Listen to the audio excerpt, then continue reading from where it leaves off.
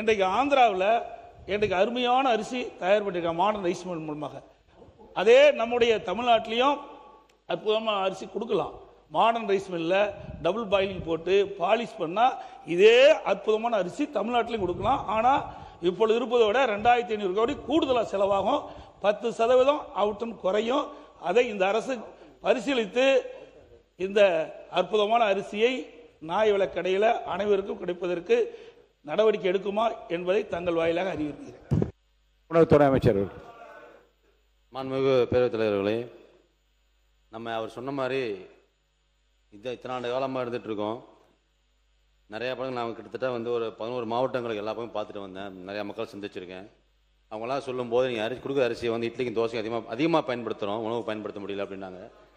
அதை நாங்கள் என்ன சொல்லிக் கொடுத்தோன்னா, பேசும்போதெல்லாம் இதுவரைக்கும் இருந்த காலங்கள்லாம் ஒரு மாதிரி இருந்திருக்கும். உங்களை உணவோட தரங்கள், அதாவது அரிசியோட தரம் நிறைய டிஃப்ரென்ஸ் இருக்கும்.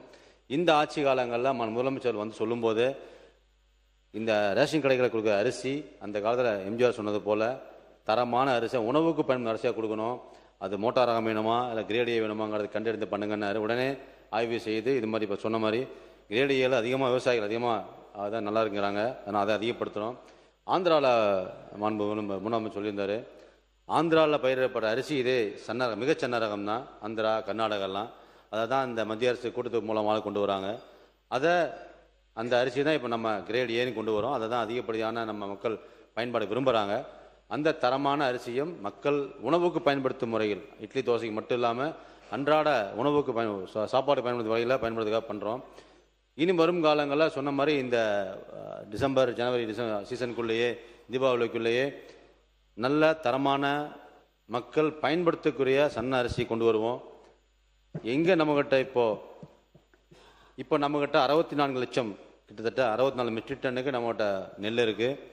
அதை அரிசியாக மாற்றி வருங்காலங்களில் கண்டிப்பாக பயன்படுத்துவோம். இந்த நம்மளோட அரிசி அதிகமாக இருக்கிறதுனால வருங்காலங்களில் தேவைப்பட்டால் மட்டும்தான் சென்ட்ரல் தொகுப்புலேருந்து வாங்குவோம். அது நான் பரிசீலனை உள்ளது, பரிசீலனை நம்ம பேசிகிட்டு இருக்கோம். இங்கெல்லாம் நம்மகிட்ட அரிசி இருக்கோ அதை பயன்படுத்திட்டு எக்ஸ்ட்ரா தேவைப்பட்டால் மட்டும் தொகுப்பில் வாங்குவோம். இந்த காமன் கிரேல் மட்டும்தான் இந்த கலர் ஷார்டெக்ஸ் போட்டு, சொல்லப்போனால் நம்ம சக்கரபாணி அவர் சொல்லியிருந்தார், மாண்பு உறுப்பினர் அவர்கள். கிட்டத்தட்ட போன செப்டம்பர் டு 9/5/2020 அப்படி 50 லட்சம் மெட்ரிக் டன் ப்ரொக்யூர் பண்ணாங்க. ப்ரொக்யூர் பண்ணதெல்லாம் அவசரமாக, ஏன்னா கடந்த காலங்களில் ஒரு கேஎம்எஸ் சீசனில் கிட்டத்தட்ட 25 லேக்ஸ்லேருந்து 35 லேக்ஸ் தான் ப்ரொக்யூர்மெண்ட் ஆகும். அதுக்குண்டான ஏற்பாடுகள் தான், அது கிடங்குகள், அதுக்குண்டான ஆலைகள், அதுக்குண்டான டிபிசி எல்லாம் தான் இருக்கும், ஒர்க்கர்ஸ் இருப்பாங்க.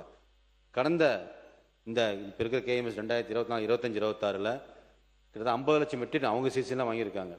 அப்போ வாங்கியிருந்தப்பவே அவங்க முறையான பதப்படி எப்படி சீசன் இருக்கும், என்ன நடக்கும்னு தெரியாமல் அவசரமாக வாங்கி ஈரப்பதத்தோடையோ, குருவையில் போனால் ஈரப்பதமாக இருக்கும், தெரியும், அவருக்கே தெரியும், எல்லா மக்களுக்கும் விவசாயிகளுக்கும் தெரியும். குருவை சீசனில் ஈரப்பதம் உள்ள நெல்லை வாங்கி அடுக்கி வச்சா அந்த ஈரப்பதம் உள்ள நெல் எடை குறையும் மட்டும் இல்லை, அது பழுப்பரிசியாக மாறும். அது பயன்பாடு கொண்டு வர முடியாது. கிட்டத்தட்ட 7 லட்சம் மெட்ரிக் டன் இருக்கிற நெல்கள் அந்த சீசனில் குருவையில் பண்ணது இன்றும் குடோன் நல்லா இருக்குது. அதுதான் இந்த கருப்பு நிறமாக வர்றது. அதனால தான் நம்ம யூஸ் பண்ணுற இந்த பழுப்பு ரைஸு மக்கள் பயன்படுத்த முடியாமல் இருக்குது. அதையும் திட்டமிட்டு பயன்படுத்தி வந்துட்டு இருக்கோம். இந்த ஆட்சி காலங்கள், நம்மளோட முதலமைச்சர் ஆட்சி காலங்களில் நம்ம எடுத்த முயற்சிகள் என்னென்னு இருக்குன்னா, எங்கெல்லாம் இந்த மாதிரி டிவிசி இருக்கோ அந்த குருவை சாகுபடி ஆரம்பிக்க போகுது செப்டம்பர் 1 இந்த சீசன்லேருந்து.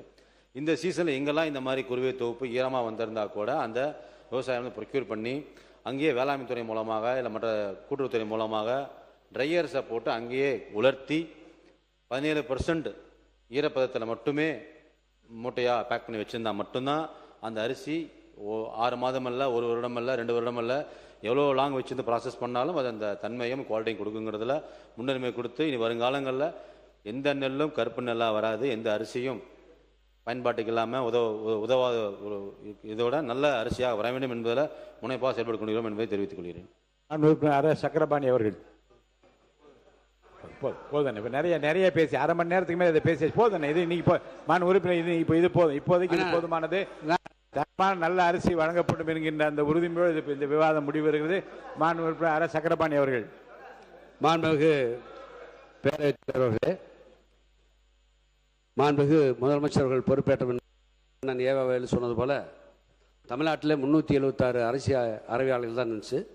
நாங்கள் ஆட்சிக்கு வந்த பின்பு அதை 618 அறவையாளர் உயர்த்தி தமிழ்நாடு நுகர்வோர் வாணிபத்து காலத்துக்கு சொந்தமான 21 மாடர்ன் ரைஸ் மில்லிலும் கலர் சாட்டர் என்ற இயந்திரம், அதாவது இந்திய உணவுக்குள்ள தான் என்ன சொல்லியிருந்தாங்கன்னா எல்லா அரசு ஆலைகளிலும் கலர் சாட்டர் இயந்திரம் கம்பல்சரியாக பொருத்தோம்னு சொல்லியிருந்தாங்க. ஆனால் அதை எங்களுடைய ஆட்சி பொறுப்பேற்ற முன்பு முதலமைச்சர்கள் அதை பொருத்த வேண்டும் என்று முடிவு செய்து 30 லட்சம் ரூபா முதல் 50 லட்சம் ரூபா செலவச்சு கலர் சாட்டர் பொருத்தி மக்களுக்கு எங்கள் ஆட்சி காலத்தில் அரிசி பழுப்பு கருப்பு இல்லாத அரிசி மக்களுக்கு கொடுத்தோம்.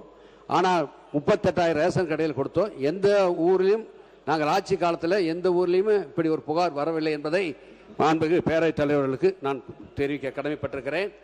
குறிப்பாக கழக ஆட்சியில் 3577 பேருக்கு பணி நியமனமும் 265 பேருக்கு கருணை அடிப்படையில் பணி நியமனமும் 669 பேர்களை நிரந்தர பணியாளர்களையும் நியமித்தோம் என்பதை இந்த நேரத்தில் தெரிவித்துக் கொள்கிறேன்.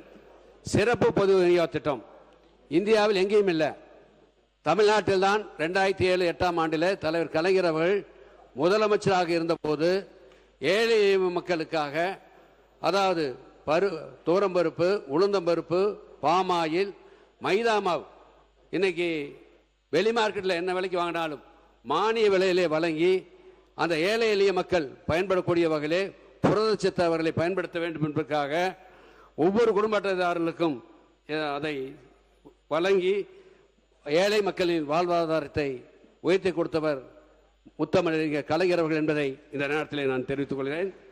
அதே போல எங்கள் துறையிலே ஆண்டுதோறும் சிறந்த நியாய விலை கடையிலே பணிபுரிகின்ற விற்பனையாளர்கள், இடையாளர்களுக்கு மாநில அளவிலும் மாவட்ட அளவிலும் சான்றிதழ்களும் ரொக்க பரிசும் வழங்கி அவர்களை கௌரவித்தோம் என்பதை இந்த நேரத்தில் நான் தெரிவித்துக் கொள்கிறேன். இதுபோன்ற பல திட்டங்களால் உலகளாவிய நீடித்த வளர்ச்சி குறியீடுகளில் ஒன்றான பட்டினி இன்மையில் தமிழ்நாடு முன்னணி மாநிலமாக விளங்குகிறது என்பதை இந்த நேரத்தில் நான் பதிவு செய்ய கடமைப்பட்டிருக்கிறேன். அதேபோல கண்கருவெளி 33,750 விற்பனை முனை இயந்திரங்களில் கண்கருவெளி சரிபார்ப்பு முறையை தமிழ்நாடு முழுவதும் நாங்கள் அமல்படுத்தியுள்ளோம் என்பதை தெரிவித்துக் கொள்கிறேன். முதியோர், உடல் நலிவுற்றோர் மற்றும் மாற்றுத்திறனாளிக்கு அத்தாட்சி அளிக்கப்பட்டோர் நான் வர முடியவில்லை என்றால் வேறொரு நபருக்கு என் சார்பாக அந்த பொருளை கொடுக்க வேண்டும் என்று அவர்கள் விரும்பினால், அவர் சொன்னால் அந்த வகையில் இணைய வழியில் அறிமுகப்படுத்தியதால் இன்று வரை 1,59,542 குடும்பங்களுக்கு அத்தாட்சி வழியிலே பொருட்கள் வழங்கப்பட்டு வருகிறது என்பதை இந்த நேரத்தில் தெரிவித்துக் கொள்கிறேன். 65 வயசுக்கு மேற்பட்டவர்கள், முதியோர்கள், மாற்றுத்திறனாளிகளுக்கு வீடுகளுக்கே ரேஷன் பொருள் கொடுக்கின்ற தாய்மானவர் திட்டத்தை எங்களுடைய தலைவர் அண்ணன் மு க ஸ்டாலின் அவர்கள் தொடங்கி வைத்தார்கள் என்பதை, அதில் 16 லட்சம் பேர் இதுவரை பயன்பெற்று வருகிறார்கள் என்பதை இந்த நேரத்தில் தெரிவித்துக் கொள்கிறோம். நுகர்வோர் வழக்குகளை தீர்த்து வைத்ததில் இந்தியாவிலே தமிழ்நாடு முதலிடம் பெற்றிருக்கிறது. மாநில மற்றும் மாவட்ட நுகர்வோர் குறை தீர்க்கும் ஆணையங்கள் அனைத்து பணியிடங்களையும் நிரப்பியதால் இந்தியாவிலே நுகர்வோர் வழக்குகளை தீர்த்து வைத்ததில் தமிழ்நாடு முதலிடம். தமிழ்நாடு சேமிப்பு நிறுவனத்திற்கு இந்திய அளவில் அதிக கிடங்களை பதிவு செய்ததற்காக முதல் பரிசை எங்களுடைய ஆட்சி காலத்தில் பெற்றோம். 77.58 கோடி ரூபாய் மதிப்பீட்டில் 36,300 மெட்ரிக் டன் கொள்ளளவில் புதிய சேமிப்பு கிடங்குகள் கட்டப்பட்டு 83 பழைய கிடங்களை நாங்கள் புனரமைத்தோம். தமிழ்நாடு சேமிப்பு கிடங்கத்தின் மொத்த வருவாய் 2020-21 81,42 லட்சம் ரூபாய் இருந்துச்சு. தற்போது கிடங்கு பயன்பாட்டு திறன் அதிகரித்ததன் காரணமாக 2024-25 அன்று முடிந்த நிதியாண்டில் 140,81 லட்சம் ரூபாய் வருவாய் உயர்ந்துள்ளது என்பதை இந்த நேரத்தில் தெரிவித்துக் கொள்கிறேன். பொது விநியோக வழித்தட மேலாண்மை திட்டத்தை சிறப்பாக செயல்பட